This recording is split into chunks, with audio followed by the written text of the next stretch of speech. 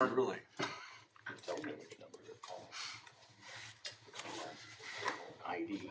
Excellent. Are you reading these?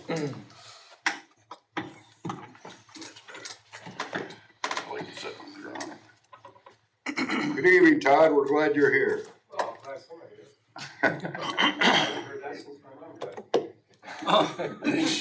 Jeez Louise. I get that. Dark humor. All right. 10, 9.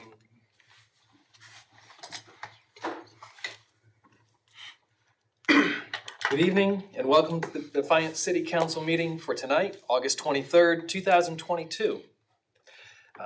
Before we get underway this evening, would you bow your heads in prayer with me? Heavenly Father, we thank you. We thank you for the weather and the time that we can get together and discuss how we can serve the people of Defiance. We thank you for the natural resources and also the human resources available to us. We thank you for your hand of provision and protection and kindness. Lord, as we discuss this evening how we can best serve the people of Defiance, please give us insight and wisdom and a heart of selflessness that we can think of what's better for those who are depending on us. Now, Lord, guide us and direct us in our words and our actions and our attitudes for your glory in Jesus' name. Amen. Amen. This meeting is called to order. Let the record show that all the members of council are present here this evening. Would you stand with me for the Pledge of Allegiance? I pledge allegiance to the flag of the United States of America and to the republic for which it stands, one nation, under God, indivisible, with liberty and justice for all.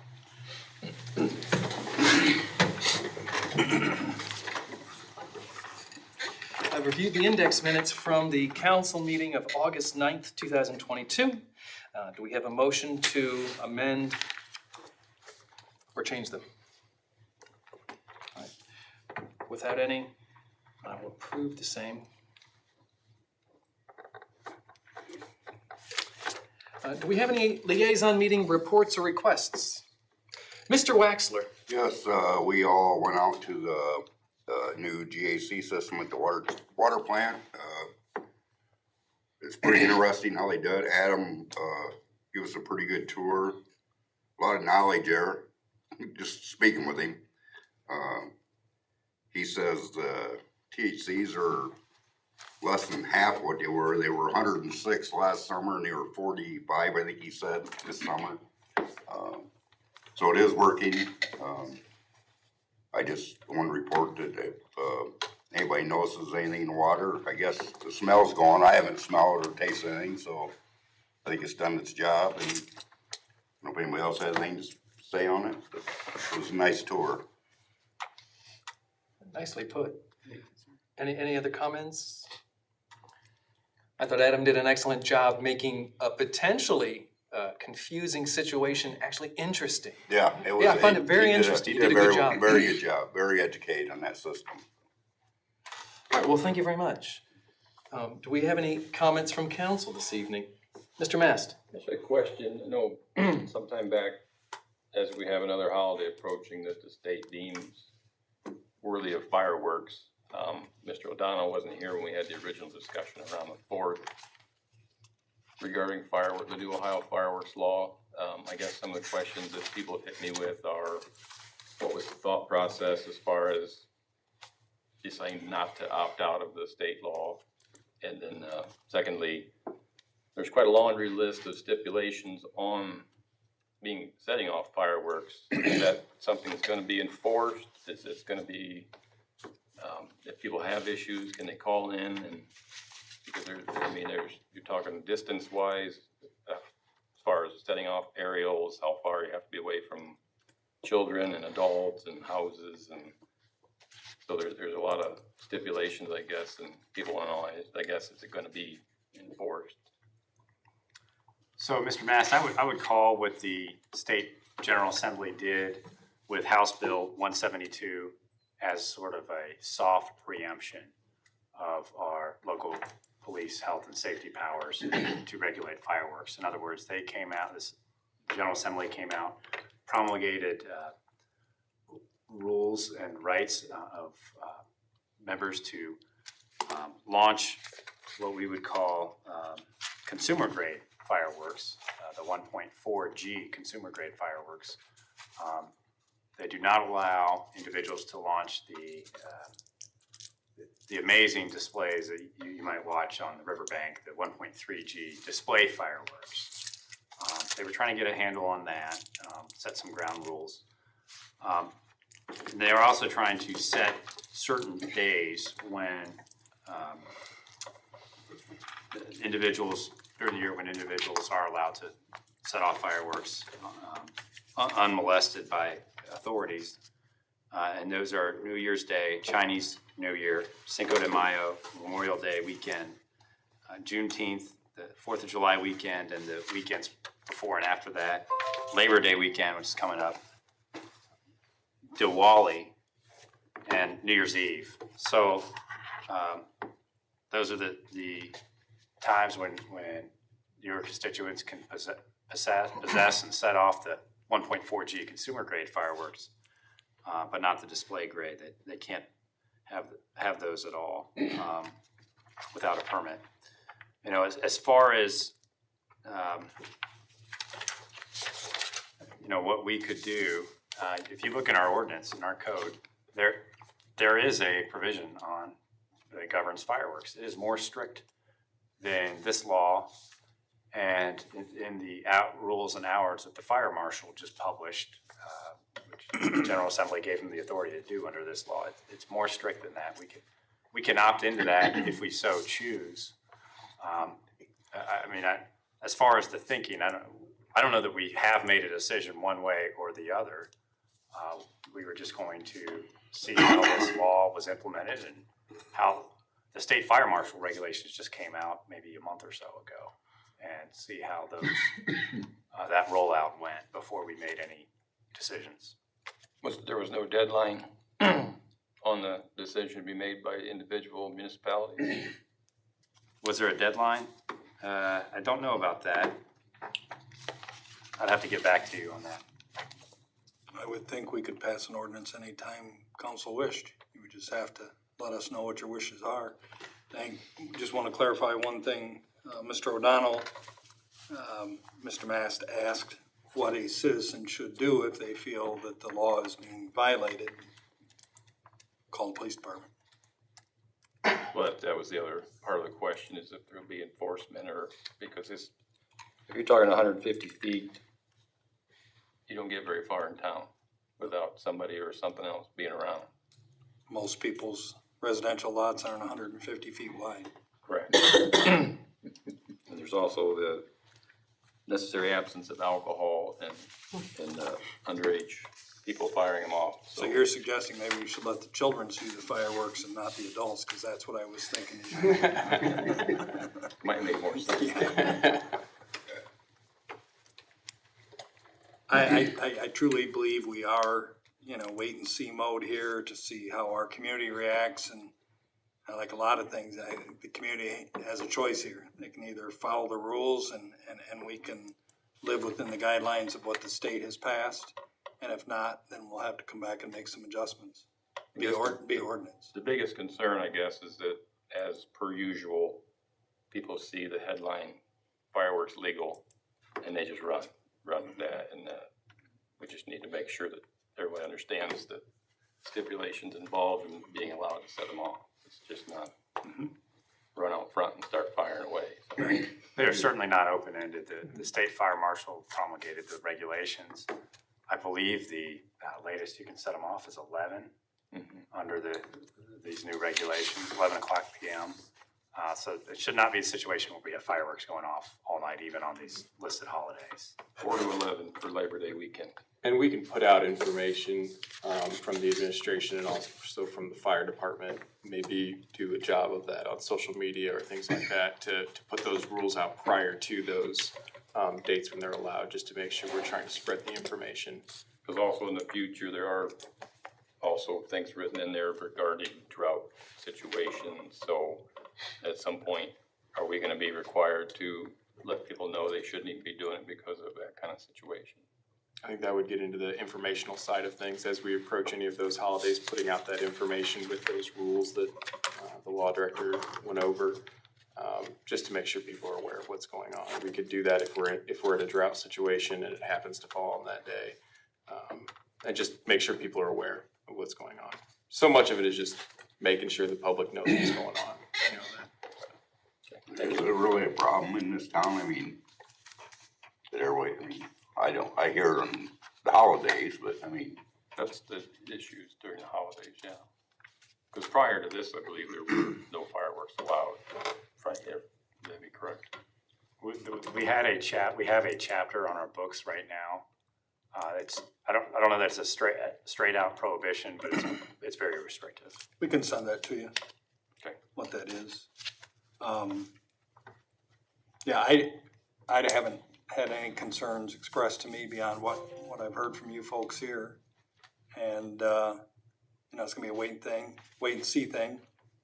Not looking like we're gonna have a drought for Labor Day. And then obviously New Year's shouldn't be an issue. So by then, I think there should be some clarification and just see how it goes. I like you, Mr. Waxer, and you, Mr. Mast. I hear them.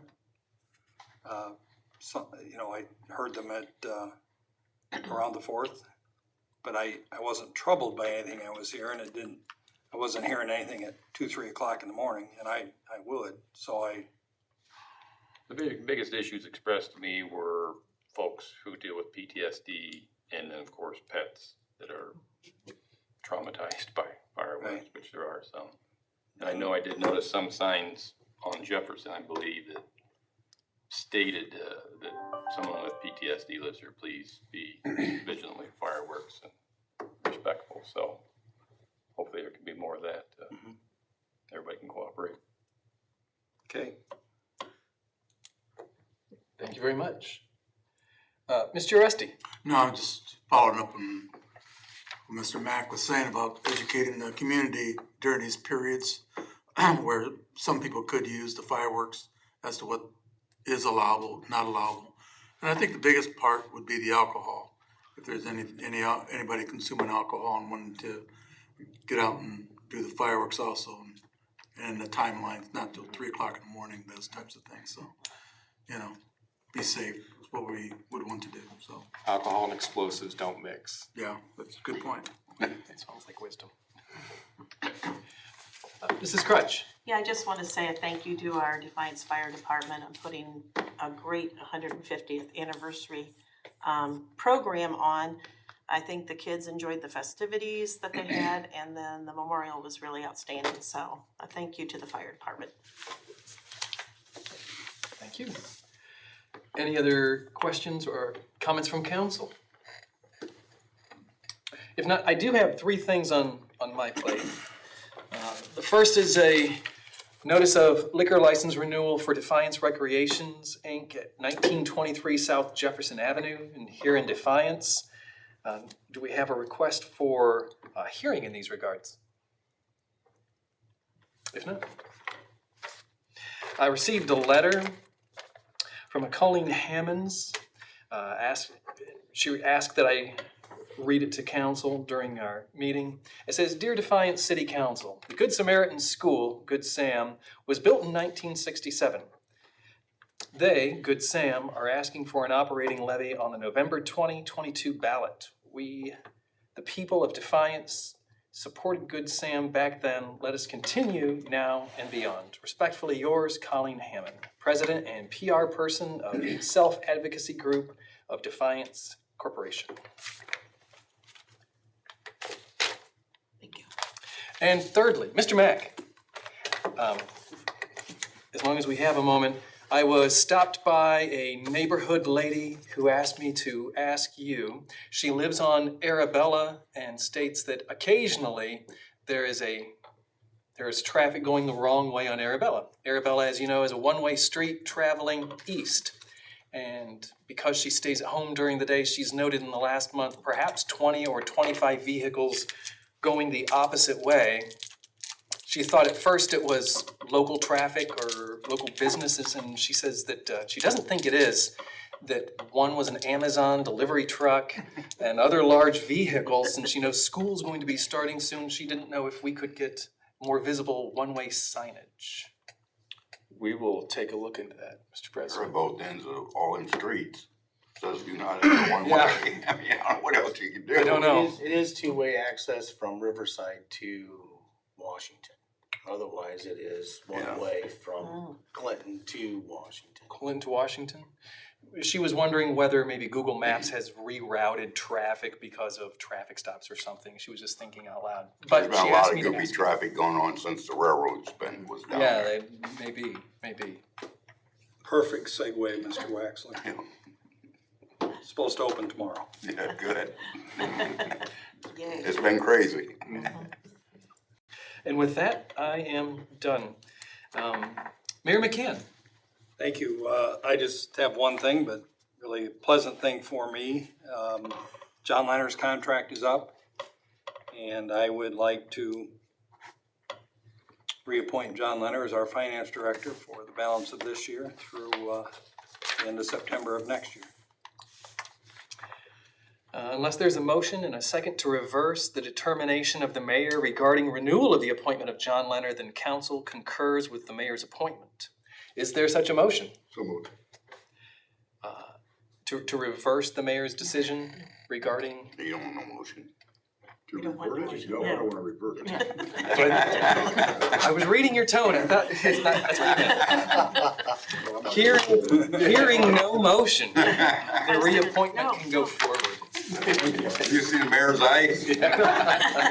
I'm glad John couldn't be here. I kinda wish you would've. That's all I have, sir. Thank you. Thank you, Mayor McCann. Mr. Mack.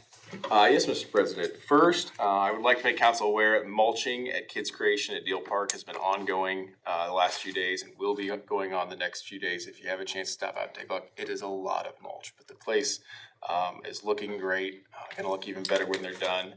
And I think we need a sincere thank you to the Defiance College baseball team for their volunteer work on the project with our Parks Department. So wanted to get that out there. And then, as the mayor indicated, according to contacts from CSX, Dietrich Street Railroad Crossing will be open sometime tomorrow.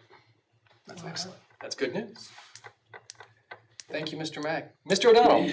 Mr. President, I would request an executive session for a conference with the attorney for the public body concerning a dispute involving this public body that is subject to imminent court action. Ohio Revised Code, section 121.22 G3. Mr. O'Donnell has requested an executive session this evening. Do we have a motion? Make a motion. Motion, Mr. Hancock. Second. Second, Mr. Mast. Mrs. Crutch? Yes. Mr. Engel? Yes. Mr. Corbett? Yes. Mr. Hancock? Yes. Mr. Rusty? Yes. Mr. Mass? Yes. And Ms. Waxler? Yes. All right, this evening before we adjourn, we'll have an executive session. Is there anything on your list? That's all I have, thank you. All right. Thank I you have a much. question. Mr. Uresti. Yes, the administration, on Facebook, there's been notifications of chickens and roosters in Laddie's Grove. And I guess,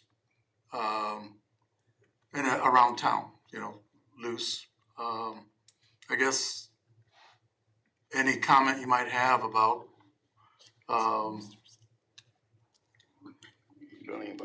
chickens and roosters or whatever in the public, Well, settings? Mr. Uresti, that it is in our planning and zoning code, it does contemplate the keeping of chickens. No roosters, however, but I don't know the exact parameters of what, There's one rooster and two chickens. I was looking out my back door, and they were walking towards, however they're walking on Wilhelm Street or Laddie Come down to Street. my grill. Yeah, heading towards Laddie's Grove, and then text or Facebook basically says, anybody have any ownership of these chickens or whatever, come and get them. And then all the other comments that went along with it. But I just thought I'd make mention that it is, they are out there, I guess. Joe, you sure you seen them out your back window? Well, some of the comments in the public, I haven't seen them. I saw them when they walked across, and I think some of the neighbors had made mention to it. Really? Says, whoever's the owner, come and get them. Usually you hear a rooster. I will report to this body on the precise rules for the keeping of Yeah. chickens and the setbacks and everything that's contained in our code. Okay. I think it's fairly obvious they should be contained and not free range. Yeah. Thank you. All right. We do have several issues for consideration this evening. Would you read the caption for the first ordinance, Ms. Elders? First reading by caption only, an ordinance authorizing the design build contract for the Maumee River and the waterline crossing and declare an emergency. Mayor McCann. Thank you, Mr. President, members of council. This is a project that we've been talking with you for several months now, and the need for it. As we reviewed the agenda for council this past week, for this week, it was pretty evident that it would be wise on our part to ask our city engineer, Melinda Sprout, to be here this evening, so she's here to answer any questions you may have. Mr. Waxler, I believe you queried us a few weeks ago on how we were ensuring when we went through with this project that we weren't gonna run into some of the similar bedrock problems that we ran into when we ran the line down here. So I asked Melinda to maybe explain that to you and answer any other questions you have about this, and maybe briefly explain the design build side of things. Linda? Yes, sir. Okay. So the geotechnical work is where you want me to start, right? I think I would, yes. Yep. So, we authorized a geotechnical or soil boring investigation contract ahead of the design build RFPs going out that did actual borings we had 4 borings done, one on the south side of the river, one on the north side of the river, and then 2 actually in the river on the north and south sides of Preston Island. They went into bedrock, took core samples. We also have seismic analysis, geophysical analysis from going the entire route of the proposed water line. So we have a lot more information this time. Being that it is a design build contract, while we've given them the geotechnical information, it's their responsibility to make sure that they have any and all information that they need to make sure that the project's successful. So if they felt they needed to do additional soil borings for whatever reason, that's their responsibility. Yeah, I just know last time we got into a bunch of money and different work there. Also, I was gonna mention that line that Adam, isn't that the one that Adam said broke and they was losing a million gallon a day out of it? Yep. So it's definitely a well needed. Yes.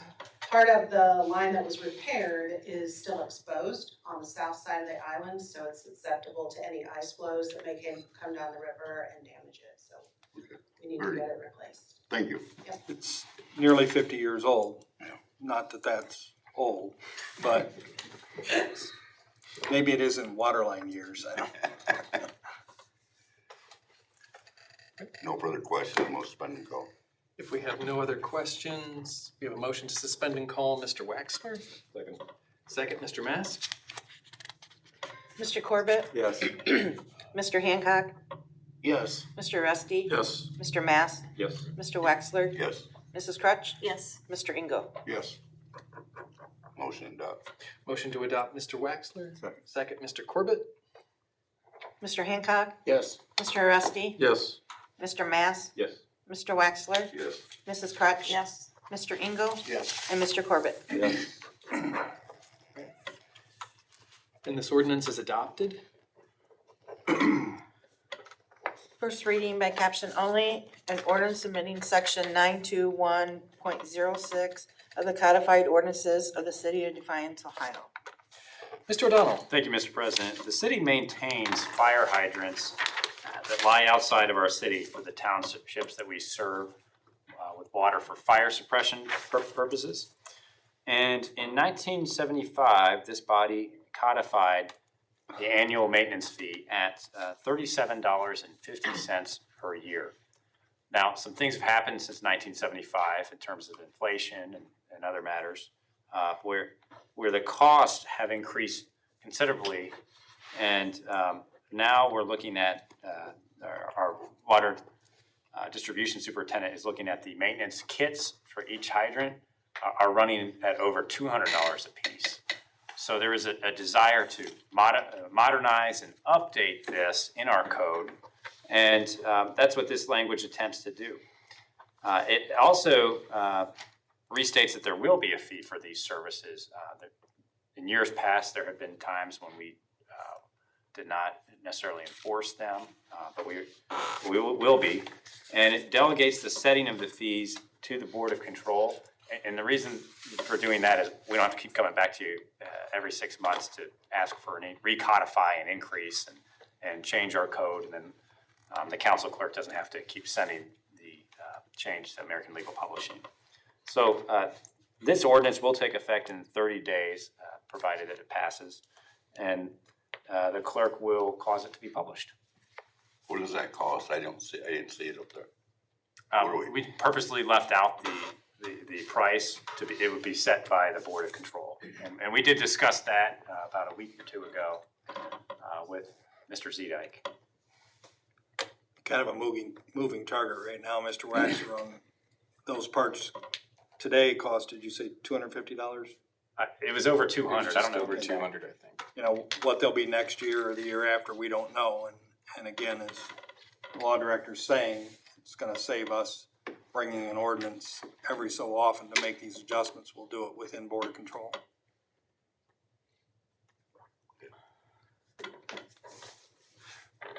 Mr. Mast? No further questions, motion to suspend and call. If we have no further questions, we have a motion to suspend and call Mr. Mast. Second, Mr. Engel. Mr. Rusty? Yes. Mr. Mass? Yes. Mr. Wexler? Yes. Mrs. Crutch? Yes. Mr. Engel? Yes. Mr. Corbett? Yes. And Mr. Hancock? Yes. Motion to adopt? Motion to adopt, Mrs. Crutch. Second, Mr. Hancock. Mr. Mass? Yes. Mr. Wexler? Yes. Mrs. Crutch? Yes. Mr. Engel? Yes. Mr. Corbett? Yes. Mr. Hancock? Yes. And Mr. Rusty? Yes. This ordinance is adopted. First reading by caption only. An ordinance authorizing a lease agreement with Defiance Development and Visitors Bureau, Inc. for the right-of-way on Clinton and West 3rd and 4th Street. Mr. O'Donnell. Mr. President, for the last few years, the city and the Defiance Development and Visitors Bureau have entered into lease agreements to permit the organization to conduct and oversee their annual Rib Festival, their largest fundraiser. And we've done so for different purposes, but mainly it's been a desire to give that organization, the DDVB, a leasehold interest in the right-of-way. And that, I just want to note that that's stronger than the right-of-way occupation permits that Mr. Mack routinely issues for parades and such, and stronger than like a legal license that you might give, because that's what an occupation permit is. It's just a license. It just gives you the right to be on the property.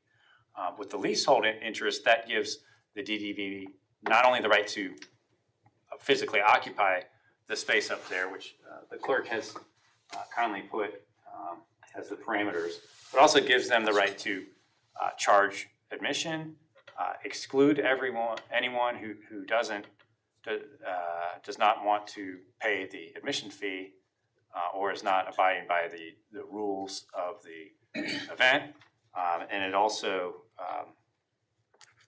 gives them the right to sublet or permit third-party vendors or cooks to set up in the premises. Section 2.12 of the charter gives you gives you the sole authority to approve any property lease. The DDVB is asking for this event or this lease to just be from September 24th to the 25th. And this ordinance would indicate your approval and enable City Administrator Mr. Mack or his designee to execute the lease agreement with the DDVB after 30 days' time. Mr. Waxler. No further question, motion suspend and call. We have no further questions. Motion to suspend and call. Second, Mr. Mast. Mr. Waxler? Yes. Mrs. Crutch? Yes. Mr. Engel? Yes. Mr. Corbett? Yes. Mr. Hancock? Yes. Mr. Rusty? Yes. And Mr. Mass? Yes. Mr. Engel? Motion to adopt? Second. Second, Mr. Hancock? Mrs. Crutch? Yes. Mr. Engel? Yes. Mr. Corbett? Yes. Mr. Hancock? Yes. Mr. Rusty? Yes. Mr. Mass? Yes. And Mr. Waxler? This ordinance is also adopted. First reading by caption only, an ordinance authorizing the purchase of materials for the Maumee River water line crossing and declaring an emergency. Mr. Mack? Actually, I think I'm sorry, Mayor McCann. Sorry, it's a handoff. So again, Mrs. Sprouse here to ask any more detailed questions, but this is just more pieces and parts that we're gonna need for the river crossing water line project. I know this isn't the first time you've seen an ordinance for pieces and parts, and it's probably not gonna be the last. You will see at least one more. And, that's really all I have to say, but obviously, we heard from Adam earlier, the supply chain issues with doing that project, and we are determined to have everything here in Defiance, hopefully, everything here in Defiance that we're gonna need to make these connections. Do we have any questions for Mayor McCann? Mr. Waxler? No further question, motion suspend and call. Second. Motion to suspend and call, Mr. Waxler. Second, Mr. Corbett? Mr. Engel? Yes. Mr. Corbett? Yes. Mr. Hancock? Yes. Mr. Rusty?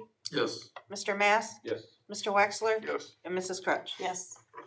Mr. Engel? Motion to adopt. Motion to adopt. Second. Second, Mr. Mast? Mr. Hancock? Yes. Mr. Rusty? Yes. Mr. Mass? Yes. Mr. Waxler? Yes. Mrs. Crutch? Yes. Mr. Engel? Yes. And Mr. Corbett? Yes.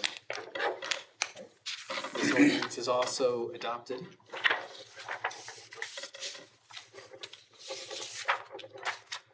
First reading by caption only, an ordinance authorizing a contract for the Summit Street Storm Sewer Separation Project and declare an emergency.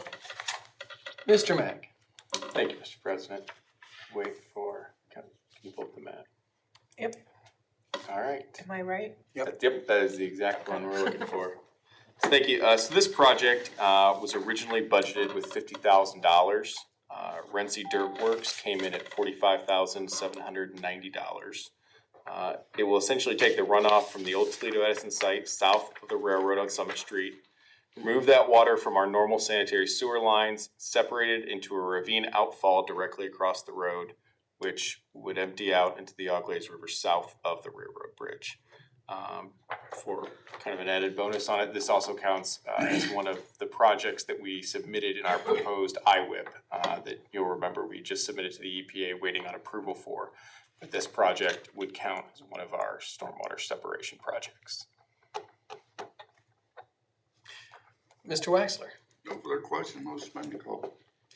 We have no other questions. Motion to suspend and call, Mr. Waxler. Second. Second, Mr. Mast? Mr. Rusty? Yes. Mr. Mass? Yes. Mr. Waxler? Yes. Mrs. Crutch? Yes. Mr. Engel? Yes. Mr. Corbett? Yes. And Mr. Hancock? Yes. Motion to adopt. Motion to adopt, Mr. Engel. Second. Second, Mr. Mast? Mr. Mass? Yes. Mr. Waxler? Yes. Mrs. Crutch? Yes. Mr. Engel? Yes. Mr. Corbett? Yes. Mr. Hancock? Yes. And Mr. Rusty? Yes. I said Rusty. All right. Sorry. With that, this ordinance is adopted. First reading by caption only, an ordinance authorizing a contract for the Commerce Drive Extension construction project and declare an emergency. Mr. Mack? Thank you, Mr. President. Oh, I can't see. Pull up the next Yeah. map. There we go. So the Commerce Drive extension, or what could be described more as a road extension, sidewalk improvement, turn lane addition, drive approach fix, piece of legislation before you, will be funded through a variety of mechanisms. This will run through the north side of the industrial park, and that's what I have it on. The other reason Melinda came was to answer any technical questions on this particular road, since she is the pro road project. So if you have any questions on that, she should be happy to answer them. Thank you. Do we have any? This one's pretty much funded. $750,000. That's the one we had the grant for. Jobs and Commerce. Right, Going back clear to the Manville expansion. We're gonna use some of our ARPA money, right.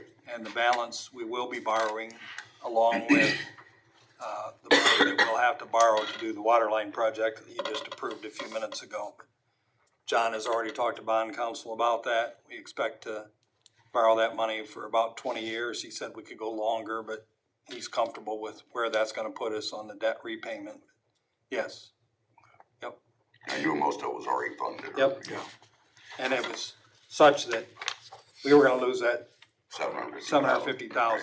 And we've gotten our last chance about 4 or 5 times now. Melinda's done a great job on this. This is a project we've been working on for years. So it's good to almost bring this home.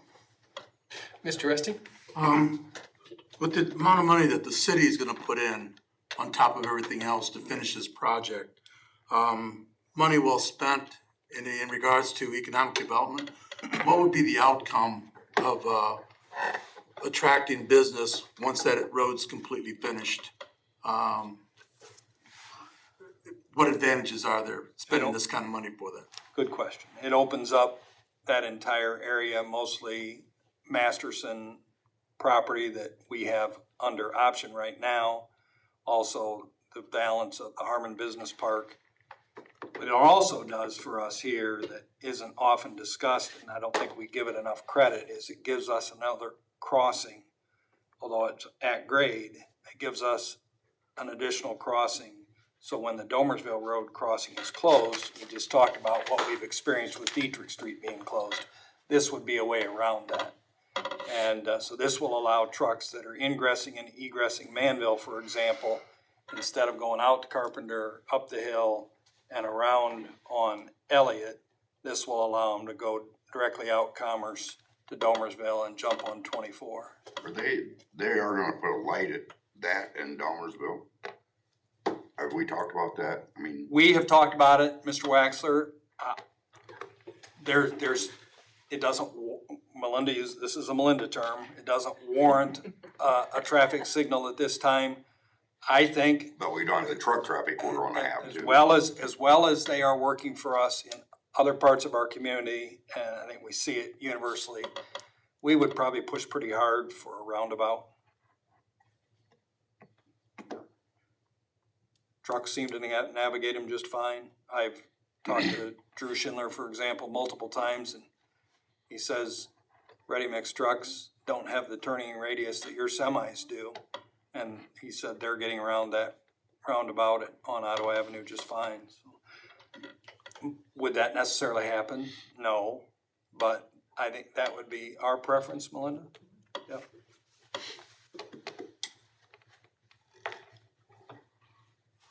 And let me just talk about the safety for a little bit more.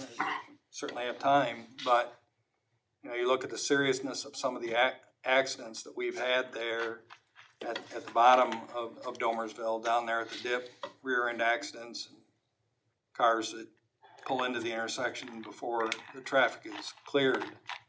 It's pretty apparent that a roundabout is probably a better option for us. Mr. Corbett? No further questions, motion to suspend and call. We have no further questions. Motion is suspend and call. Second, Mr. Mast. Mrs. Crutch? Yes. Mr. Engel? Yes. Mr. Corbett? Yes. Mr. Hancock? Yes. Mr. Rusty? Yes. Mr. Mass? Yes. And Mr. Wexler? Yes. Motion down. Motion to adopt, Mr. Engel. Second. Second, Mr. Mast. Mr. Engel? Yes. Mr. Corbett? Yes. Mr. Hancock? Yes. Mr. Rusty? Yes. Mr. Mass? Yes. Mr. Wexler? Yes. And Mrs. Crutch? Yes. And lastly, this motion is also adopted. With the items of legislation addressed, and it seems as though we don't have an abundance of citizens' concerns. Any concerns, Todd? No? None of the council members received any citizens' concerns in order to share with us this evening? All right, we can stretch our legs for a few minutes before we enter